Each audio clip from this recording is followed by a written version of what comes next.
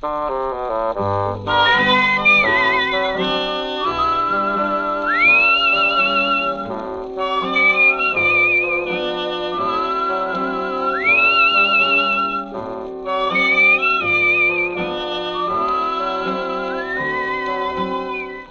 Dick Powell as Richard Diamond, private detective.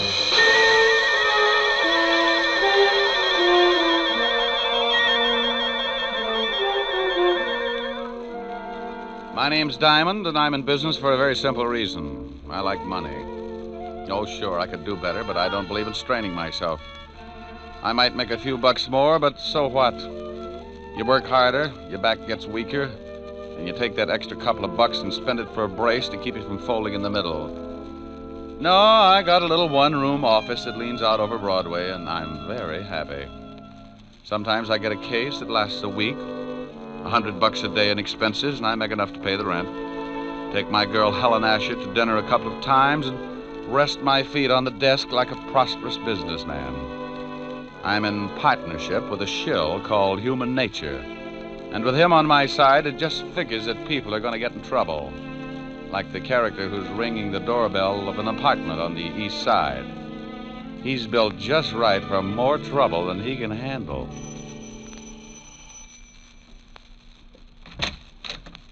Well. Hello, Mrs. Moran. You say that like you're really glad to see me. I'll let you know as soon as we can talk business. Did you bring a rubber hose along? Why? Are you going to be hard to get along with? This time, yes. Where's your husband? He went out. I tried to convince him the window was the quickest way to the street, but he's old-fashioned. He took the elevator. You're drunk. He can't get a bet out of me. Want a drink? Just get the 500.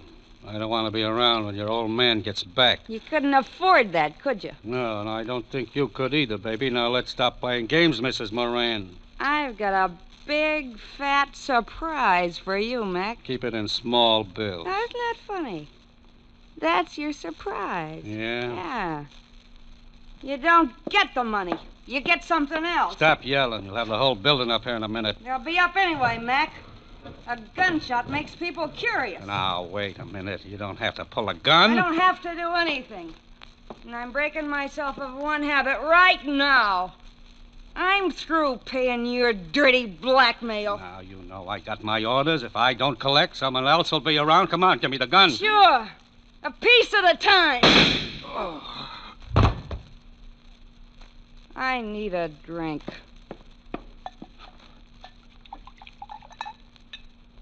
Well, here's to nothing, Betty, old girl.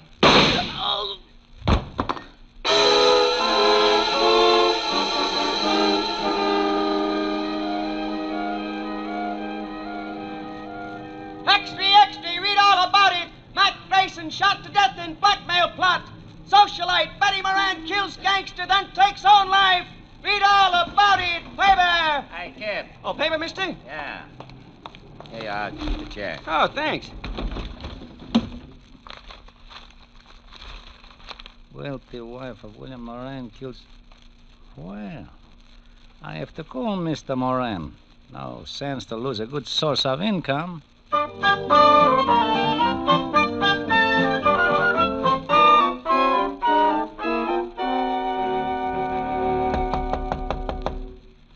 Yeah, come in.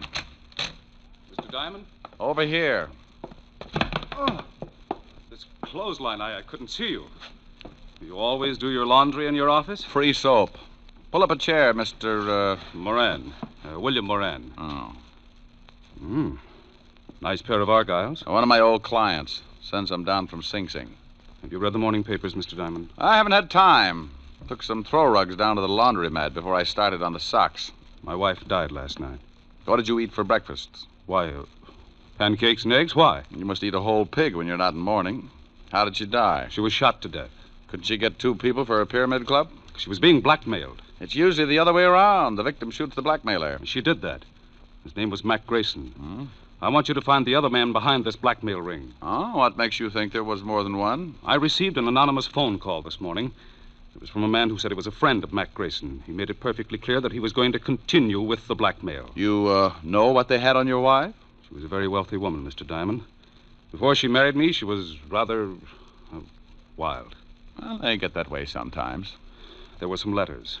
Why don't you go to the police? As far as they're concerned, the case is closed. They say it's a murder and a suicide, and that's that.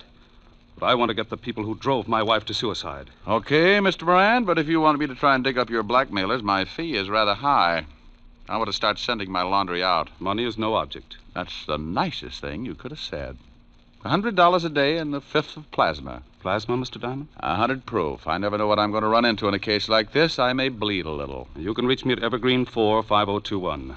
I'll write you a check. Here, use my pen. It's getting an inferiority complex. Do you know anything more about this man who called you this morning? Yeah, only that he said he was a friend of Mac Grayson's. There you are, Mr. Diamond. This should be enough of a retainer. Oh, yes. And that's all you know? I'm sorry I can't be of more help. Oh, you've been a brick. I'll get the rest from homicide. Thank you and goodbye, Mr. Moran. Goodbye, Mr. Diamond, and good luck. Oh, I'm sorry. I knocked down some of your washing. There. Well, I'll be hearing from you. Well, that's the way it goes. 1 minute you're washing socks, and the next you got enough money to stake out a claim on every night spot from Mott Street to Harlem. Unless a particular blackmail ring likes to kill private detectives. I had a hunch the assignment might run into overtime, so I put in a call to a lovely redhead named Helen Asher. Francis, the butler, answered, and I told him to pass the word along that I might be late for my date. I hung up before Helen could get on the pipe and start screaming at me like a wounded eagle. I locked the office, went down to 5th Precinct, and an old friend, Lieutenant Levinson. He was in charge of the homicide detail and could tell me about the late Mrs. Moran and her victim. When I walked in, Sergeant Otis was polishing his billy. Hello, Otis. The lieutenant in? Well, Richard Diamond, the all-American gumshoe. Oh, you're just jealous because that club you've got is a better shape than your head. Lieutenant, Diamond's out here. Okay, send them in. Tell me, Shamus, how does one get to be a great big private detective? Slaving box tops? Well, you have to observe things, Otis, my boy. For instance, one look at your shirt, and I can tell you've been eating well for a week. Why don't you either get it cleaned or stick it in a pressure cooker? Hello, Walt. Now, wait a minute, Rick. If you've got a body somewhere, take it to another precinct. No, I'm a little short right now, but maybe I can dig one up. What I said. Yeah, that was a swell one.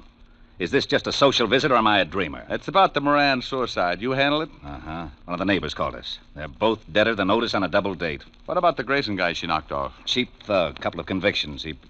Oh, don't tell me Moran's been to you with that blackmail story. Yeah. He seems to think Grayson was working with someone. Rick, that guy pestered us all morning, but there's no proof of blackmail or anything else, except 2 people got killed. Give me a quick rundown.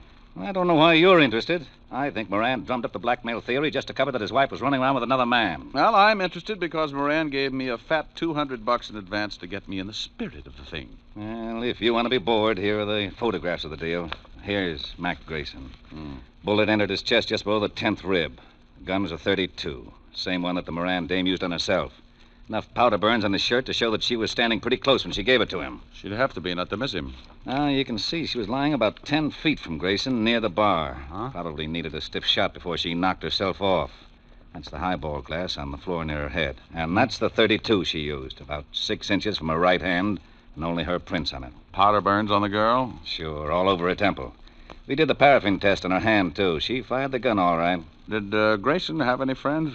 We never tied him up with anyone except an old wino that hangs out on Skid Row, a dump called the Parrot Club. Name's Wilbur Truitt. Yeah. Well, thanks, Walt. Now, look, the dame killed the guy and then shot herself. What more do you want? I'll let you know. Now, wait a minute. I know that gleam in your eye. I always get a sour stomach from it. If you've got something, you'd better tell me. Oh, you're a cynic, Walt. Have you talked to this Wilbur Truitt? We questioned him this morning. Got a tail on him? Sure, but he won't take us anywhere. Now, what are you cooking up? Well, maybe you think there's something to Moran's blackmail story. Oh, don't be an idiot. And what are you tailing Truitt for? Because I can't take a chance. Blackmail's a federal rap, and if Moran keeps stirring up trouble, I want to be able to prove he's nuts. Now, you look here. I want to know what's on your mind. I'll send you a letter. Oh, Otis. Yeah, Lieutenant. Get me my bicarbonate. And shut up. Bye. Goodbye. I went through the squad room and out into the hall. I used the payphone by the door and put in a fast call to my client, William Moran. I had a hunch, and Moran's $200 retainer in my pocket gave him an A priority on it. Yes? Mr. Moran. That's right. This is Diamond, Mr. Moran. I've got a lead on someone who knew Mac Grayson. Well, that's fine, Mr. Diamond. Who is it? A guy who hangs out on Skid Row named Wilbur Truitt. Ever heard of him? No. Oh. Well, he might have been the one who phoned you this morning. I think I'll go down and find out. Good, good. You'll keep in touch, won't you? Oh, as long as I'm on the case. Goodbye, Mr. Moran.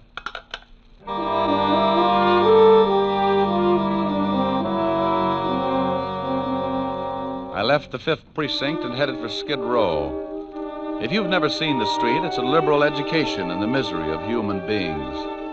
Even the sun winds up with a hangover if it shines on the place too long. The Parrot Club was a cellar with a low ceiling and a drink of wine for 10 cents a glass.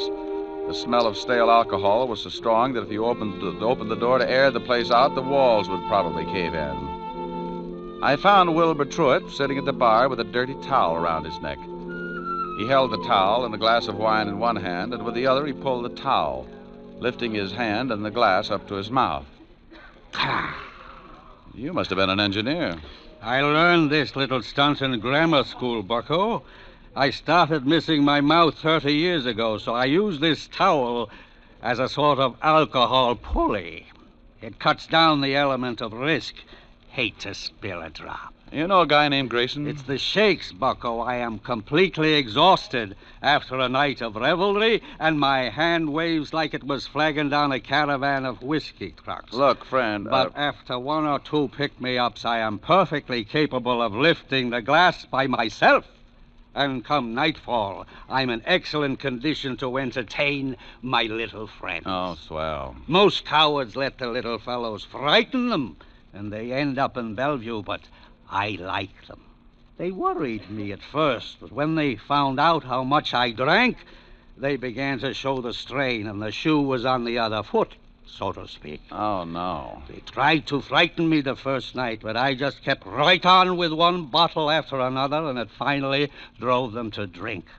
Now my DTs have hallucinations. We are rapidly building up a thriving community. What were you saying, bucko? Something about the evils of self-indulgence, but I've forgotten now. Good. In that case, I will let you buy me a drink. Oh, sure. Waiter, bring the bottle. You just gave me cold chills. If I lick your hand, it's only a sign of fond endearment. Okay. Now, do you know a guy named Grayson? I knew there was a catch. Are you a cop? No. In that case, I trust you. Besides, you are holding that lovely bottle. What about Grayson? First, a small glass of truth serum. First, Grayson. I can't stand to look, so I will turn my back on the bottle and tell you what I know. Mr. Mac Grayson, a very unsavory character who reached a sudden demise last evening, dealt in smutty pasts and made them pay off by milking his victims. He has only one friend, a Mr. Leo Fink. Now, please, I'm beginning to spit out wads of cotton. Where does this Fink live? Oh, you are indeed a heartless rogue. I was once. You aren't by any chance a spy from the Purity League? You get the bottle when I find out where Leo Fink lives. 1120 2nd Avenue now, please. Now, here you are. Don't struggle with the cork, bucko. I have just acquired the strength of an uncropped Samson. And as I gaze upon this ruby goblet, I am reminded of the fact that you are not the first to come seeking the whereabouts of one Leo Fink. Huh? Play it back in English. A thug with the disagreeable habit of twisting my ascot approached me not 10 minutes before you came in seeking the same information. Did you give it to him? I had to. One more pull on my tie, and dissipation would have been a thing of the past. Thanks, Wilbur. Here, buy yourself another jug. Oh, bless you. And good morrow, cousin. Here's to my love. Oh, true apothecary. Thy drugs are quick. Thus, with a kiss, I die.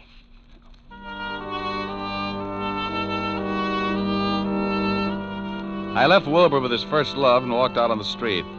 I grabbed a cab and headed for Leo Fink's address. All the way over, I kept thinking how wonderful fresh air really was. When we finally got there, I paid off the cabbie and looked at my watch. It was 4:30, and the city was turning soft and mellow as the sun started giving up behind the tall buildings.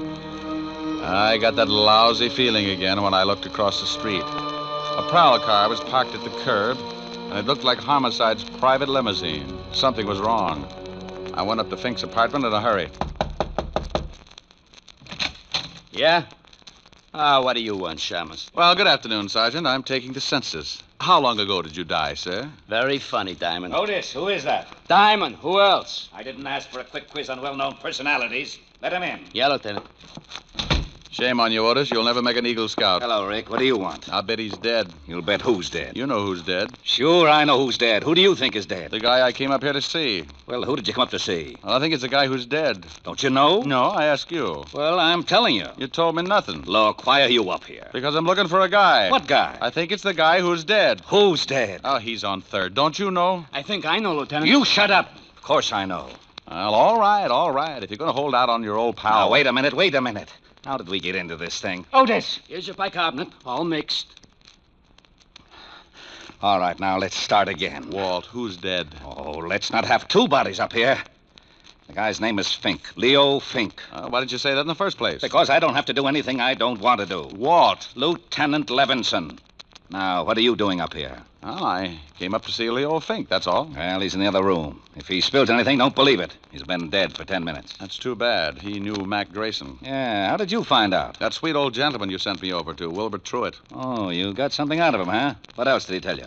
Nothing, but we struck up quite a friendship. I'm going to go back over and see what another bottle of wine will do to his memory. I'd better haul him in. Well, don't do it, Walt. Don't do it. I can find out things a lot quicker. Shh. I got a system. Okay, but keep me posted. I've got to clean up here. How did Fink get it? 2 bullets in the head. No idea who gave it to him. They used a Luger, I think. Hey, have you questioned Otis? Oh, go on. Get out of here. Walt, tell me, did you check the prints on that highball glass next to Mrs. Moran to find out whether they were from her right or left hand? Now, what difference does it make? I'll let you know. Now, you wait a minute. No, I can't. I'm behind schedule now. Bye. Oh, Otis!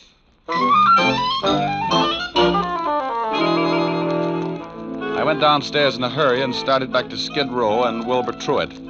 I turned a corner and had a quick change of heart. That's far enough, Shamus. Wow. Well, look what I picked up. All right. Get into this alley. Now, why don't you put that cannon away? It shows up like a pair of gums at a dentist convention. Turn around and get going. I can run if it would help. Take your time. You haven't got too much of it left. Stop nudging. You got a cold barrel. Don't you like it? No, but it helps. A lesson in the manly art of self-defense. Next time, don't get so close with a gun. Well, what do you know? A Luger. Okay, so I'm a Butterfingers. You got the gun now. What are you going to do? I got a mean streak, and it shows up when someone tries to kill me. I'm going to ask a couple of questions, and if you don't answer them, you'll wish you'd picked on an octopus. Now, get up.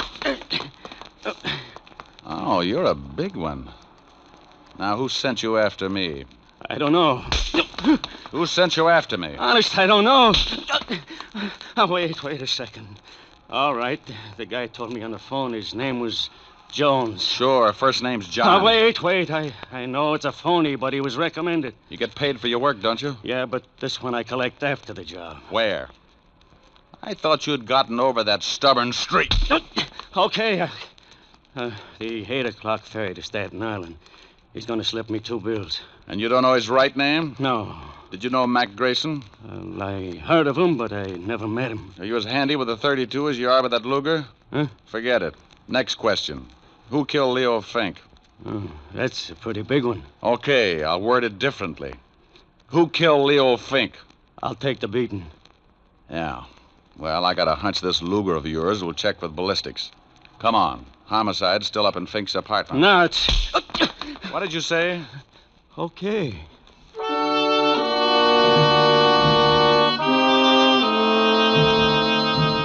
I hustled Louis up to Walt and left him handcuffed to Sergeant Otis. They deserved each other. Louis said he was going to be paid off at 8 o'clock, and my watch said it was 7:15. That gave me 45 minutes to check at Homicide and still catch the ferry to Staten Island.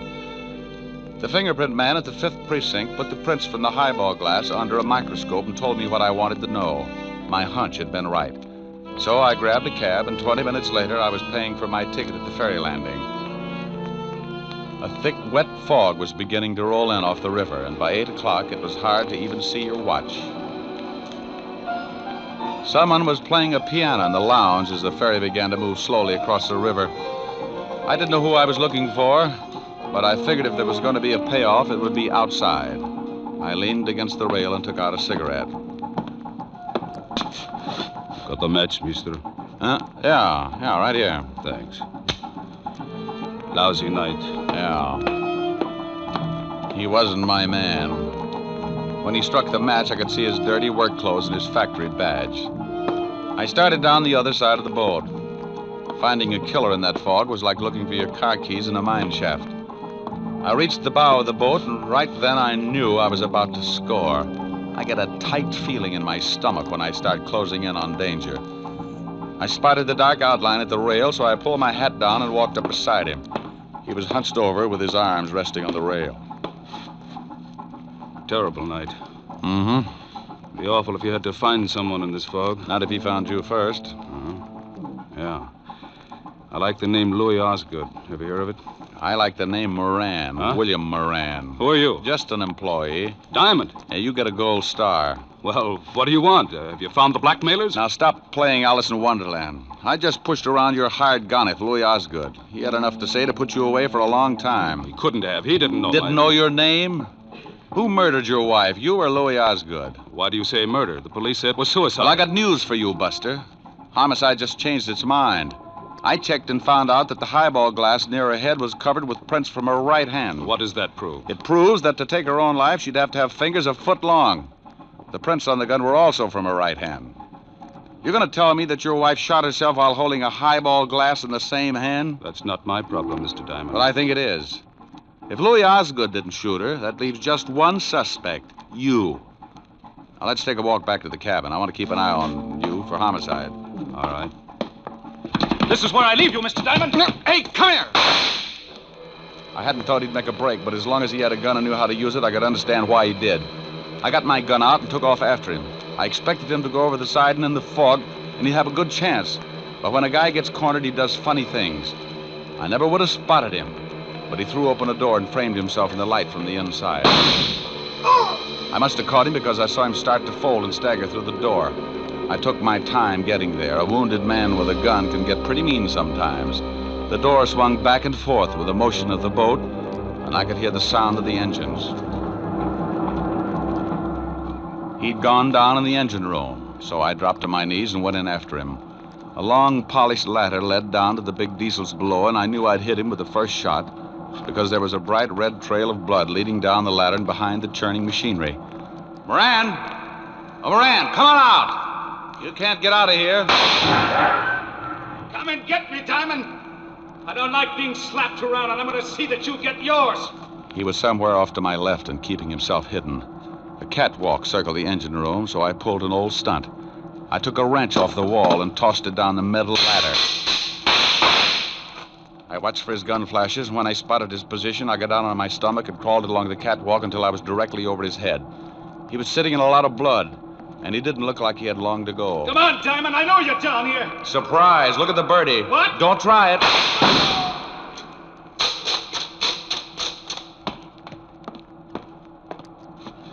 Sorry, Moran, but this just wasn't your night. You want to tell me about it? I shot my wife. I came in just after she shot Grayson. And she was standing at the bar with her back to me, mixing a drink. She dropped the gun by Grayson's body, so I picked it up and shot her. Wiped my prints off and put hers on it. Why did you do it? I hated her. She had money. I found some letters and turned them over to Mac Grayson, the well-known blackmailer. I wanted him to drive her crazy until she drank herself into a sanitarium, and then I'd have her money. I never guessed she'd kill Grayson, but when I did, I saw a chance to kill her and make it look like suicide. You should never have called me. The police were satisfied. I had to find Leo Fink. He knew I'd hired Grayson, and he was going to blackmail me. So when I dug up the little wino that knew Fink, you hired Louis Osgood to bump Fink and me. Is that right? Hey, Moran. Oh, well, it was a dull conversation anyway. Lousy night.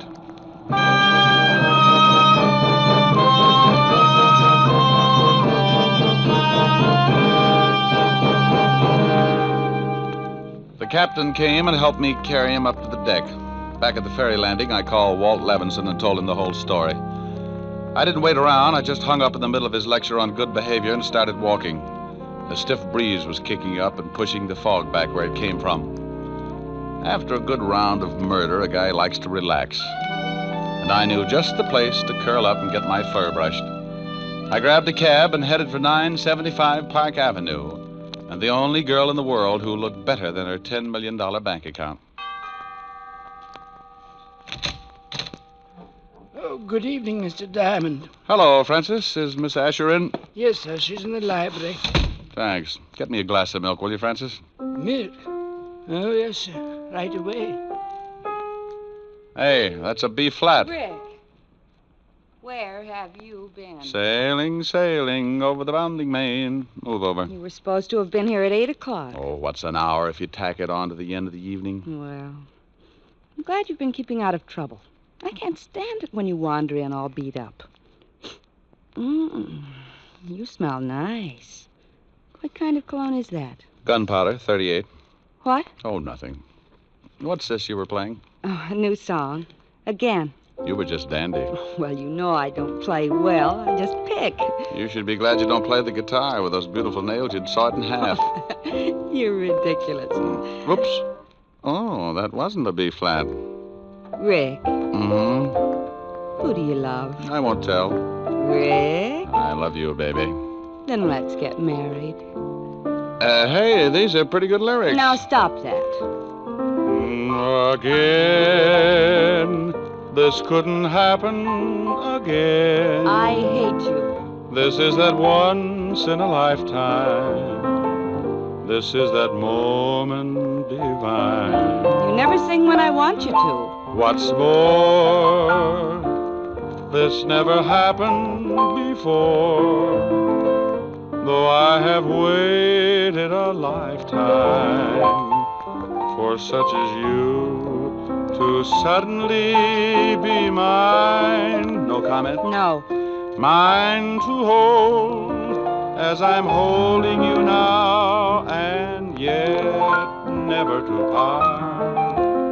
Mine to... Hey, what's the matter? Don't go. You want to sing? Go ahead. Well, what did you have in mind? I won't tell. You're not being original. That's my line. Well, I'm mad. Come here, come here. No. Come here, Helen. Still mad? No. Well, let's get you mad again. It's so much fun making up. Mine again. What's the name of the song again? It never happens again. I'm mad. Oh, good. No. Ricky. Here's your milk, Mr. Diamond.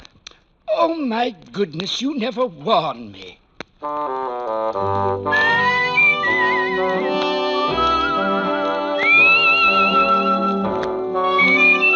You have just heard Richard Diamond, Private Detective, starring Dick Powell. Helen was played by Virginia Gregg, Lieutenant Levinson by Ed Begley. Also in our cast were Wilms Herbert, Tal Avery, Herbert Butterfield, and Jack Petruzzi.